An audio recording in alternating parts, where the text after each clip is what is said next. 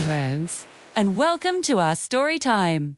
Today, I have a very special story for you called The Ant Who Remembered Kindness. Are you ready? Let's begin. On a bright, sunny morning, in a forest filled with tall green trees and the gentle sound of a flowing stream, lived a tiny black ant named Nanu. Nanu wasn't just any ant. He was incredibly hardworking and full of curiosity. Every day was a new adventure for him, exploring places he had never seen before. One beautiful day, Nanu was walking along the smooth, shiny stones right at the edge of the stream. He loved how the water tickled his feet. But suddenly, a stone was more slippery than he thought. Splash! Nanu fell into the fast-flowing water. The strong current was like a giant hand, pulling him away from the shore. He struggled with all his might, waving his tiny legs in the air, trying to stay afloat. The water was so loud, and he was so small. "Help! Help!" he cried, but his voice was just a whisper against the rushing stream. "No one can hear me," he thought, and a wave of fear washed over him. 2. High above the stream, resting peacefully on a sturdy tree branch, sat a gentle white dove named Mira.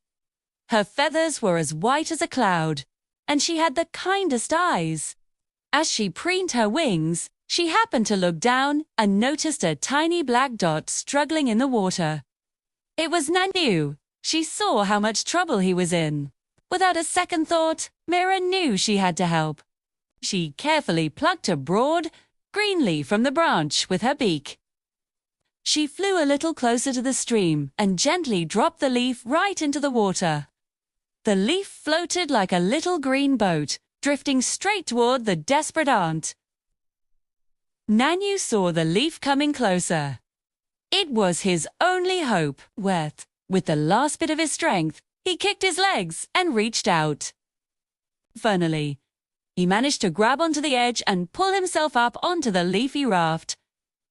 He lay there for a moment, catching his breath, so thankful to be out of the churning water. The leaf boat slowly, gently, carried him all the way to the grassy shore. Once he was safely on dry land, Nanu turned his head up towards the tree.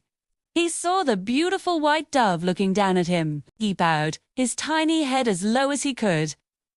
"Thank you, kind friend," he whispered, his heart full of gratitude. "You saved my life," Mira cooed, softly, a little smile in her eyes, and with a graceful flap of her wings, she flew away into the blue sky. Many days passed. The sun rose and set, and life in the forest went on. 4.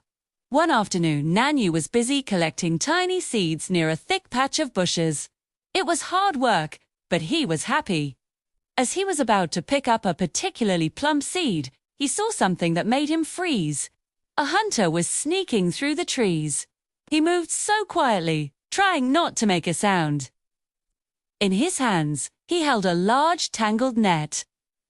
Nanu followed the hunter's gaze, and his heart sank. The hunter was looking up at the very same tree where his friend Mira the dove was resting peacefully, completely unaware of the danger. Nanu knew he had to do something, and fast. He remembered the kindness Mira had shown him. Now it was his turn to help her. He dropped his seed and ran as fast as his 6 tiny legs could carry him, darting across the forest floor. 2. He didn't stop until he reached the hunter's big leather boot. Without hesitating, Nanu climbed up onto the hunter's foot and gave him the hardest bite he possibly could on his ankle. "Ouch!" the hunter yelled, jumping in surprise and pain. He dropped the net to the ground and looked down to see what had bitten him.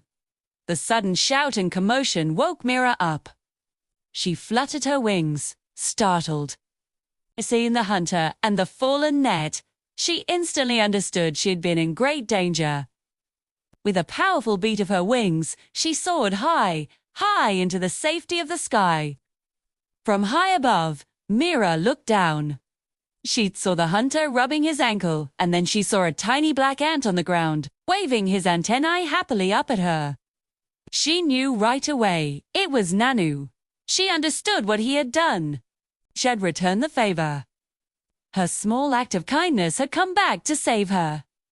And the moral of our story is that even a small act of kindness is never wasted.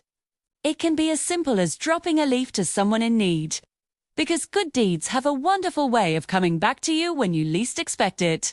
Always be kind, my friends. Thank you so much for listening. I hope you enjoyed our story. Don't forget to like and subscribe for more adventures. See you next time. Bye-bye.